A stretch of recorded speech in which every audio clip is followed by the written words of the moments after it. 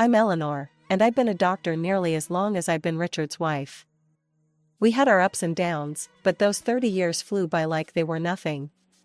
Our house, big and cozy, was always filled with the sounds of life, especially when the boys were young.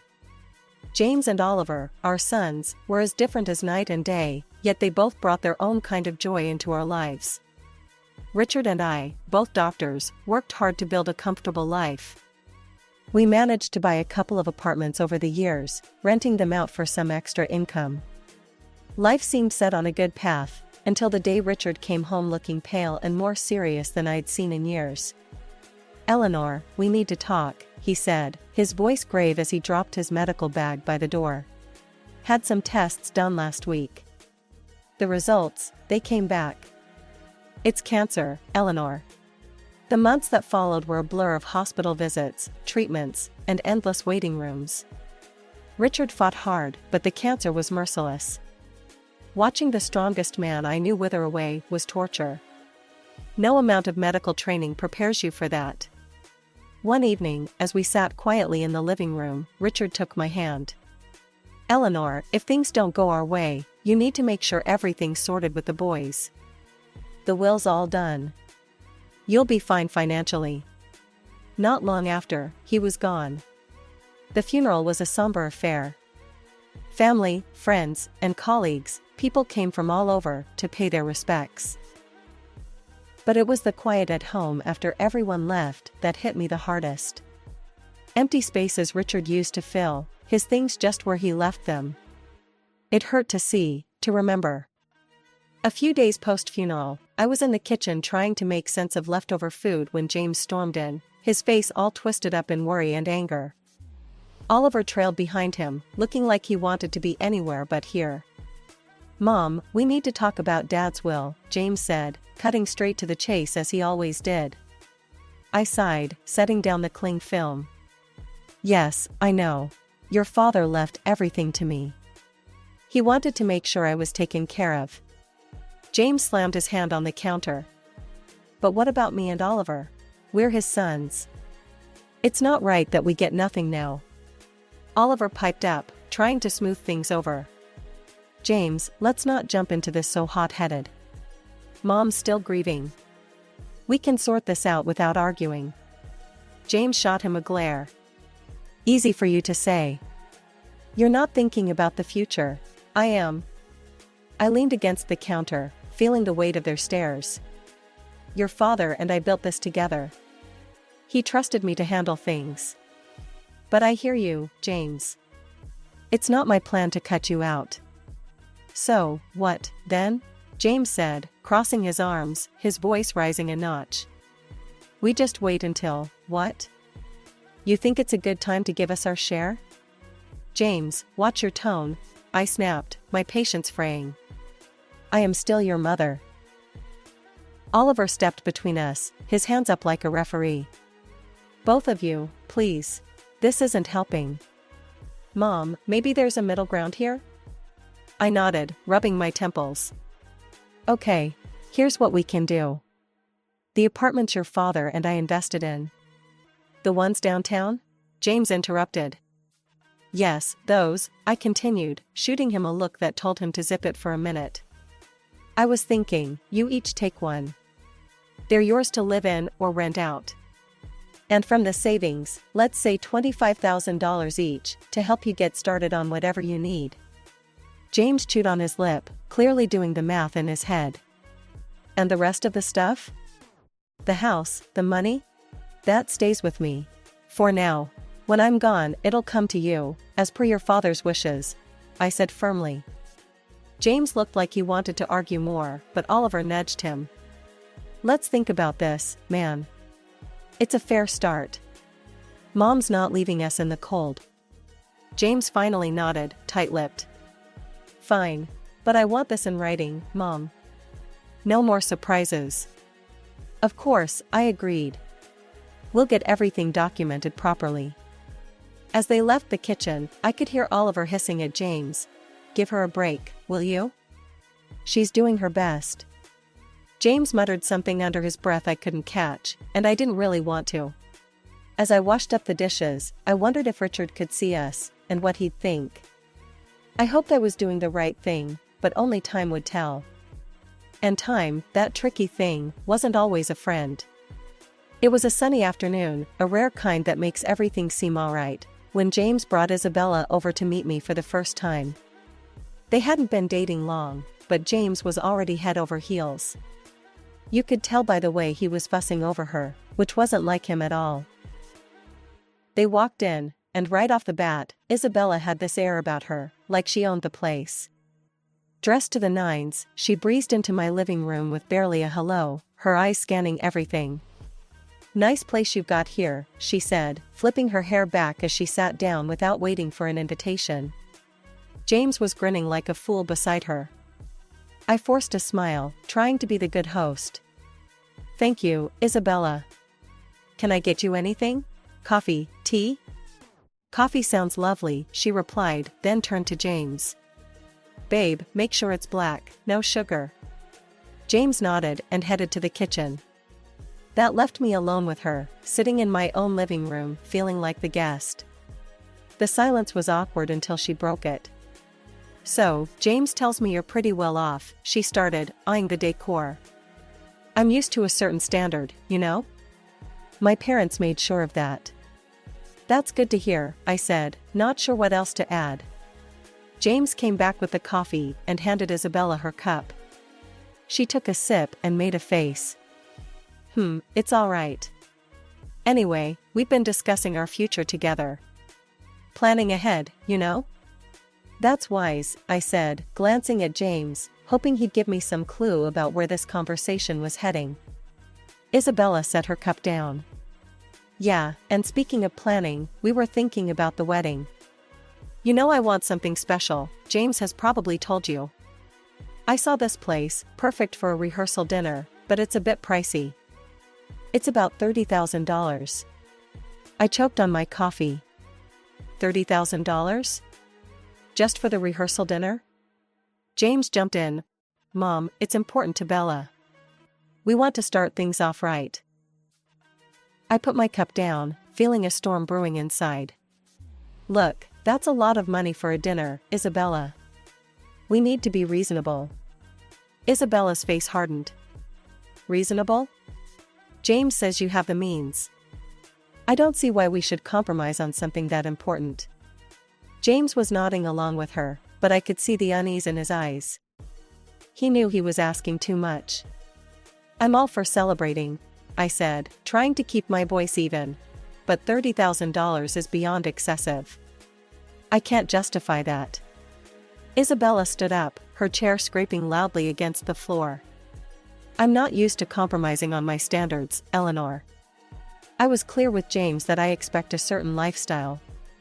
James tried to smooth things over. Mom, maybe we can find a middle ground? There's no middle ground on $30,000 for a dinner, James. That's final, I snapped, losing my patience. Isabella picked up her purse, glaring at me. Fine. If that's how it's going to be, then maybe we need to reconsider some things.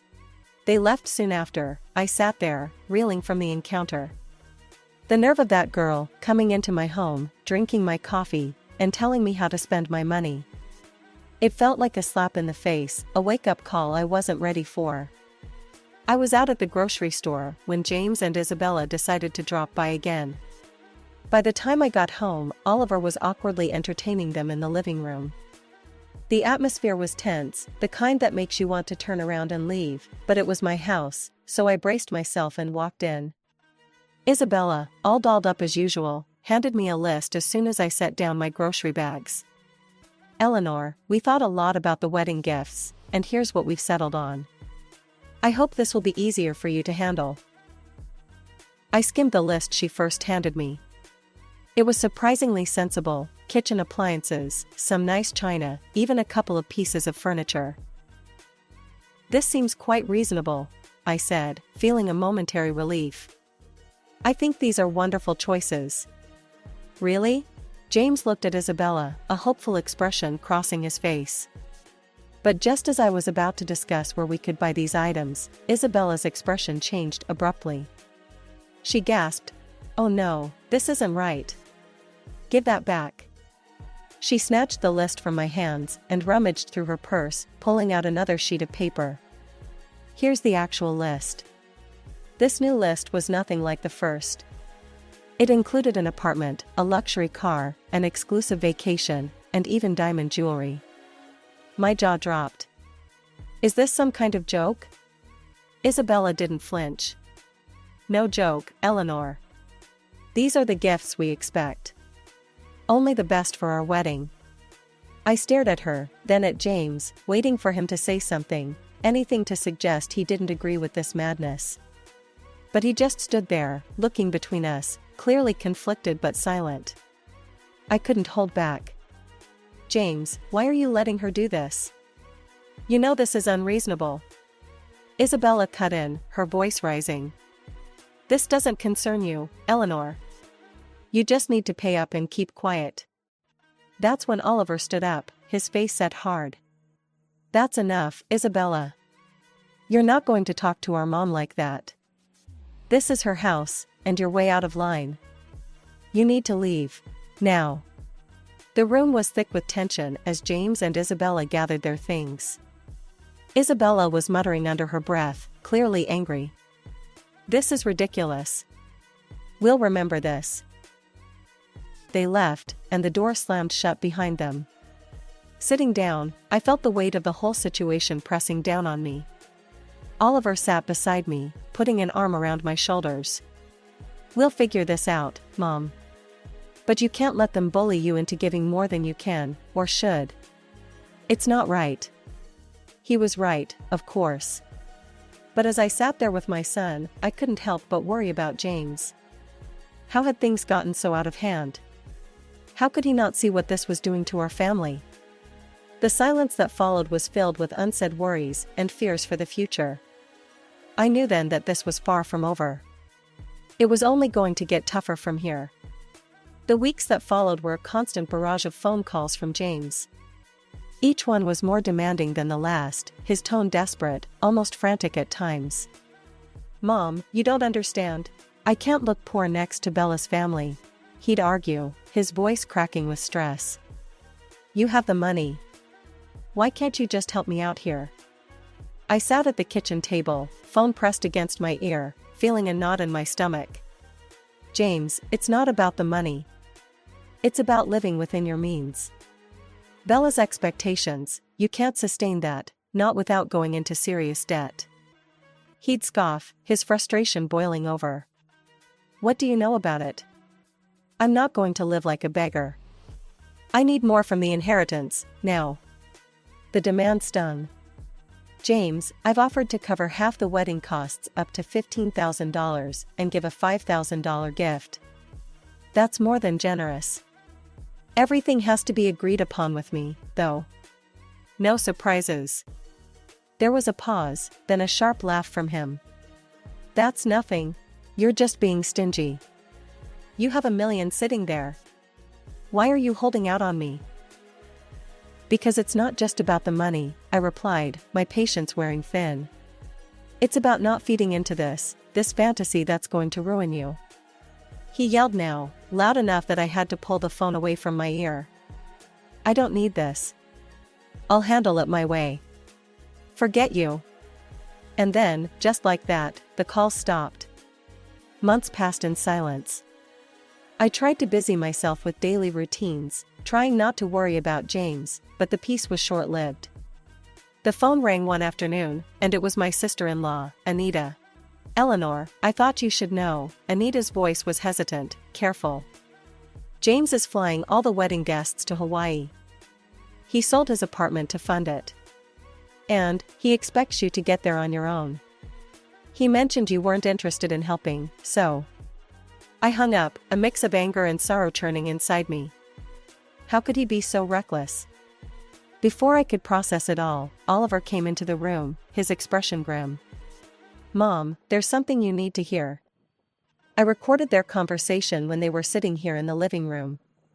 He handed me an audio recorder. I pressed play, and the voices of James and Isabella filled the kitchen. "James, your mom is just a nasty old woman with a fat wallet. We need to squeeze as much as we can out of her and then cut her off. James's voice responded, chillingly agreeable. Whatever it takes, Bella. I'm not going to let her control us. If it comes down to it, I'll kick her out in her underwear. I turned off the recorder, my hands trembling. To hear my own son speak like that about me, his mother, it was too much. The room spun as I tried to comprehend the depth of his betrayal. Flying to Hawaii was a decision I didn't make lightly. Oliver was by my side, both of us tense but determined to face whatever awaited us. When we landed and approached the venue, I was taken aback by the sheer opulence of it all. Flowers everywhere, lights strung like stars across the evening sky, and music floating in the air. As we walked into the gathering, I spotted James and Isabella mingling with guests. They looked like a picture-perfect couple, all smiles and laughter. My heart ached to see my son so lost in this fabricated paradise. Before I could take another step towards them, Isabella spotted us.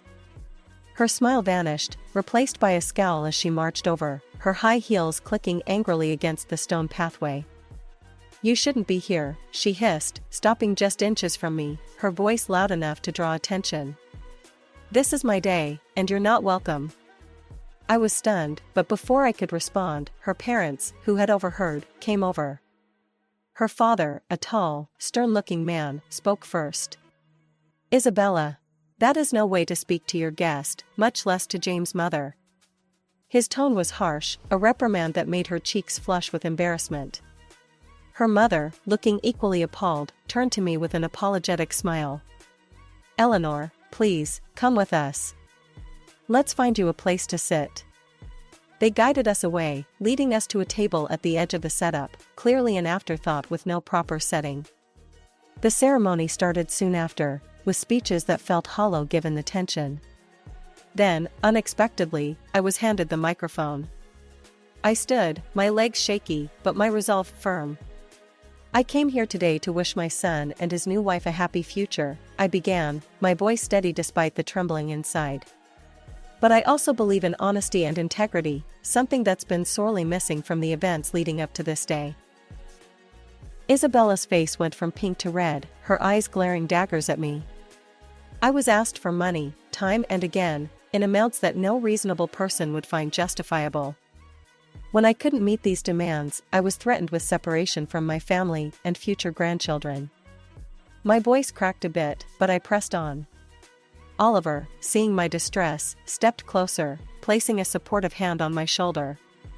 I nodded at him, then turned on the audio recording he had made. Isabella's voice filled the air, cold and calculating, discussing how they would milk more money from me. James' voice agreed, saying he was prepared to leave me with nothing for the sake of his bride. The crowd murmured, the air thick with shock and disapproval. I turned off the recorder, the silence heavy. I gave my son an apartment and $25,000, and yet, it was never enough. Today, I'm making it clear, I will not be treated as an ATM or threatened. I am disowning James and Isabella. I wish them well, but from this day forward, I am choosing to remove myself from their lives.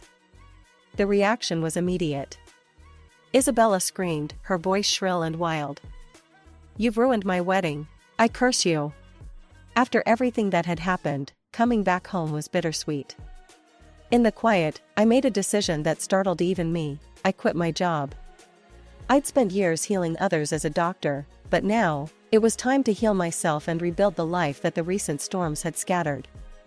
Oliver, bless his heart, had just graduated from art college and was brimming with ideas and ambition.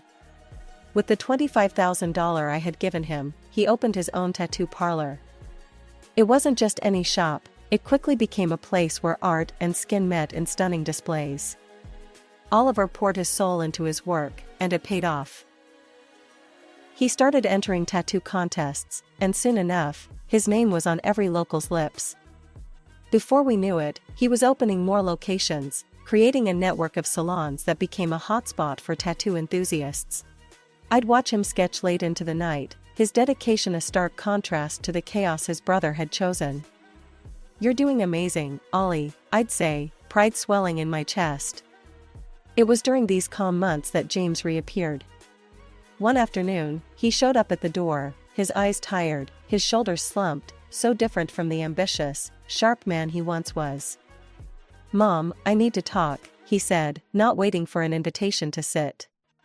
His voice was weary, a far cry from the demanding tone I'd grown accustomed to. I sighed, motioning for him to continue. "What is it, James?" "It's Bella, she's driving me insane. Wants more and more, nothing's ever enough. I got a second job, but it's still not enough for her." His words were desperate, but they couldn't erase the past so easily. "James, I warned you. I told you, living like that, with someone like her, it's unsustainable." He rubbed his face, frustration clear. I know you did, but I thought." His voice trailed off, hopelessness taking the place of explanation. "Thought what? That money would just appear because you wanted it to?" My tone was harsh, but years of pent-up frustration made it hard to soften it. "Look at your brother. He started with the same amount and made something of himself without stepping on others." James bristled. "Yeah, well, not everyone's like Oliver, are they? I have rights to the inheritance too, remember? And when you're gone, it'll come to me." That was the last straw. "Get out, James," I said, my voice cold, resolute. "And don't come back. Not this time. You chose your path." His jaw tightened, and for a moment, I thought he might argue more. But then he turned and walked out, the door slamming shut behind him. As I stood in the silence that followed, Oliver came downstairs, having heard the last part of our exchange. "Are you okay, Mom?" I nodded, wrapping my arms around him. "I am now. Thanks to you. Let's just focus on the good we can do, on the life we can build." He hugged me back, his presence a comforting assurance that not all was lost. In that moment, I knew that despite the heartaches, the journey was still worth it. We had each other, and that was enough to keep moving forward. After the storm had passed with James, our home settled into a calm I hadn't felt in years. It was during this quiet period that Oliver brought someone special home. Her name was Sarah, and she was everything Isabella wasn't: kind, humble, and genuinely caring. As the weeks turned into months, their relationship grew stronger, and soon they announced their engagement. The wedding, unlike the extravagant affair that was James, was a simple, heartfelt ceremony in our backyard. Flowers from the garden, homemade decorations, and a small group of close friends and family made the day perfect. During the reception, I pulled Oliver aside. "You've chosen a wonderful woman," I said, my voice thick with emotion. He squeezed my hand. "I learned from the best," he replied, giving me a knowing look. Life moved quickly after that. They sold the apartment I had given Oliver, adding a bit of their savings to buy a small, cozy house just a few miles away. One sunny afternoon, while we were having tea in their new living room, Sarah shared some news. "Eleanor, we're expecting twins," she announced, her eyes shining with excitement. I nearly dropped my cup, overwhelmed with joy. "Twins? Oh, my goodness, that's wonderful." Oliver beamed, his pride evident. "We wanted you to be the first to know." "We're really happy, Mom." "Twins," I repeated, letting the words sink in. "Grandchildren." It was a new chapter, one I was eager to start. As for James, news from him was sparse. The last I heard, he had divorced Isabella. She had taken nearly everything in the split, leaving him to start over in another city. Despite the pain he had caused, it hurt to know he was out there somewhere, struggling because of his choices. One evening, as I sat looking through old photo albums, Oliver came and sat beside me. He noticed a picture of James and me from years ago. "Do you ever hear from him?" he asked softly. I shook my head. "No. After everything, he's chosen his path, and I have to respect that, even if it breaks my heart." Oliver put an arm around me. "He's still my brother, Mom. Maybe one day, he'll come around." "Maybe," I agreed, not really sure if I believed it. "But for now, we have plenty to keep us busy, especially with those twins on the way." Oliver chuckled. "Yeah, you're about to be the busiest grandma in town." We both laughed, the sound filling the room with warmth.